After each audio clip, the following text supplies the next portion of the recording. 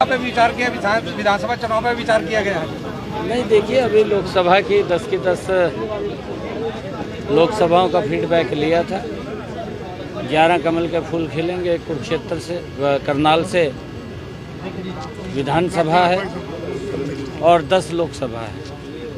उन सब का फीडबैक लिया था और आगे की रणनीति भी, क्योंकि 2024 में विधानसभा का चुनाव भी है और ये चुनाव भी बहुत बड़े मार्जिन के साथ भारतीय जनता पार्टी तीसरी बार सरकार बनाएगी।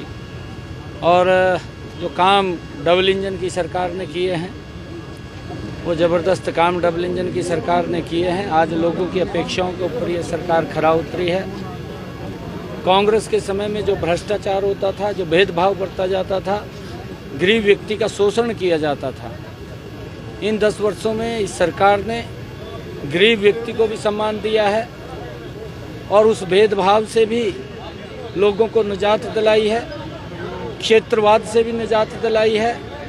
सबका साथ सबका विकास लेकर के सरकार काम कर रही है और डबल इंजन की सरकार और गति से हरियाणा प्रदेश को आगे बढ़ाने का काम आदरणीय नरेंद्र मोदी जी के नेतृत्व में करेगी।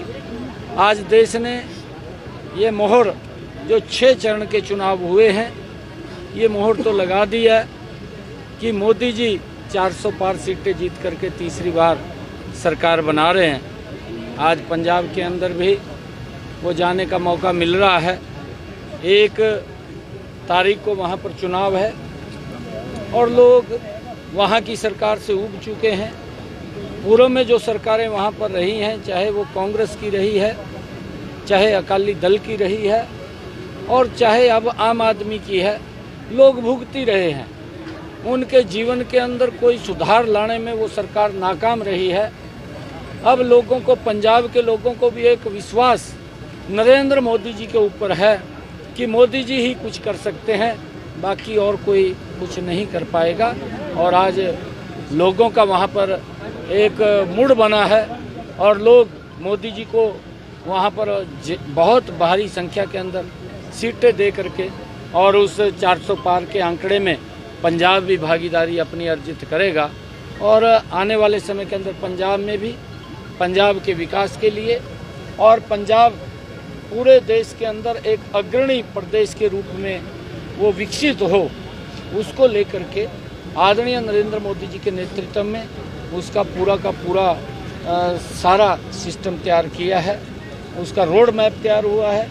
और प्रदेश, पंजाब प्रदेश के लोग, मुझे पूर्ण विश्वास है 1 तारीख को भारी बहुमत के अंदर नरेंद्र मोदी जी को वोट देंगे। कांग्रेस 10 के 10 सीटों का दावा कर रही है।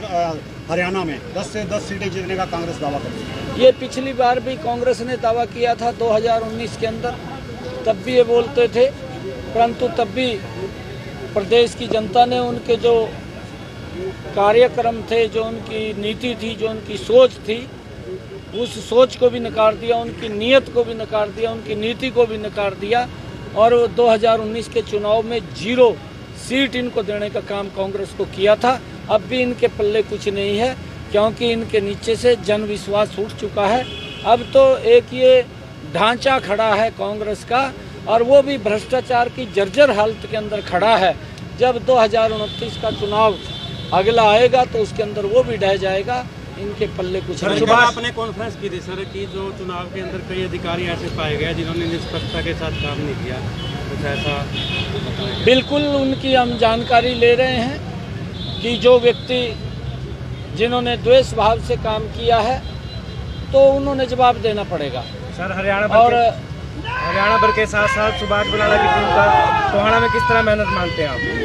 देखिए, टोहाना के अंदर मेरा कई बार आना हुआ है। जब मैं प्रदेश अध्यक्ष बना था तब भी टोहाना के अंदर आया था और टोहाना के लोगों का बड़ा स्नेह और प्यार यहाँ पर मिला था।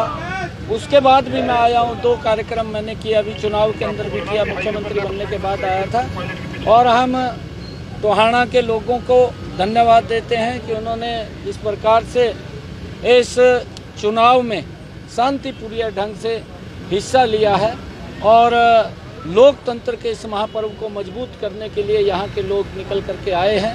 सभी को मैं बधाई देता हूँ और 4 जून को जब रिजल्ट आएगा ये सिरसा लोकसभा भी बहुत बड़े मार्जिन से जीत करके नरेंद्र मोदी जी के पास यहाँ से शहर में जो मतदान कम हुआ है, ग्रामीण क्षेत्र में ज्यादा, वो क्या कारण रहे हैं? देखिए, क्योंकि कई परिस्थितियाँ हो सकती हैं कि गर्मी भी भयानक है और गर्मी का भी इतनी तपती गर्मी के अंदर बड़ी दिक्कतें आती हैं, फिर भी लोगों ने बाहर निकल करके लोकतंत्र के इस पर्व को मनाने का, इसको मजबूत करने का काम किया है और सभी को मैं बधाई देता हूँ। आपके आने के बाद कार्यकर्ताओं में पहले से ज़्यादा जोश है, ऐसा क्या कारण मानते हैं आप जब से सीएम बने? देखिए, जो कार्यकर्ता हमारे वो सब सम्मानित व्यक्ति हैं और हमने कहा भी था कि 4 तारीख के बाद हमारा कार्यकर्ता मजबूती से लोगों के काम कराएगा और कराएगा।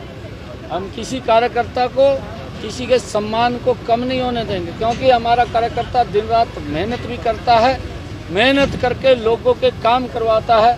अधिकारी की जिम्मेवारी है कि अगर हमारा कोई कार्यकर्ता उसके पास काम लेकर के जाएगा तो उसको वो सुनिश्चित करेगा, अगर कहीं टाल मटोल करेगा तो फिर अधिकारी को उसका जवाब देना पड़ेगा।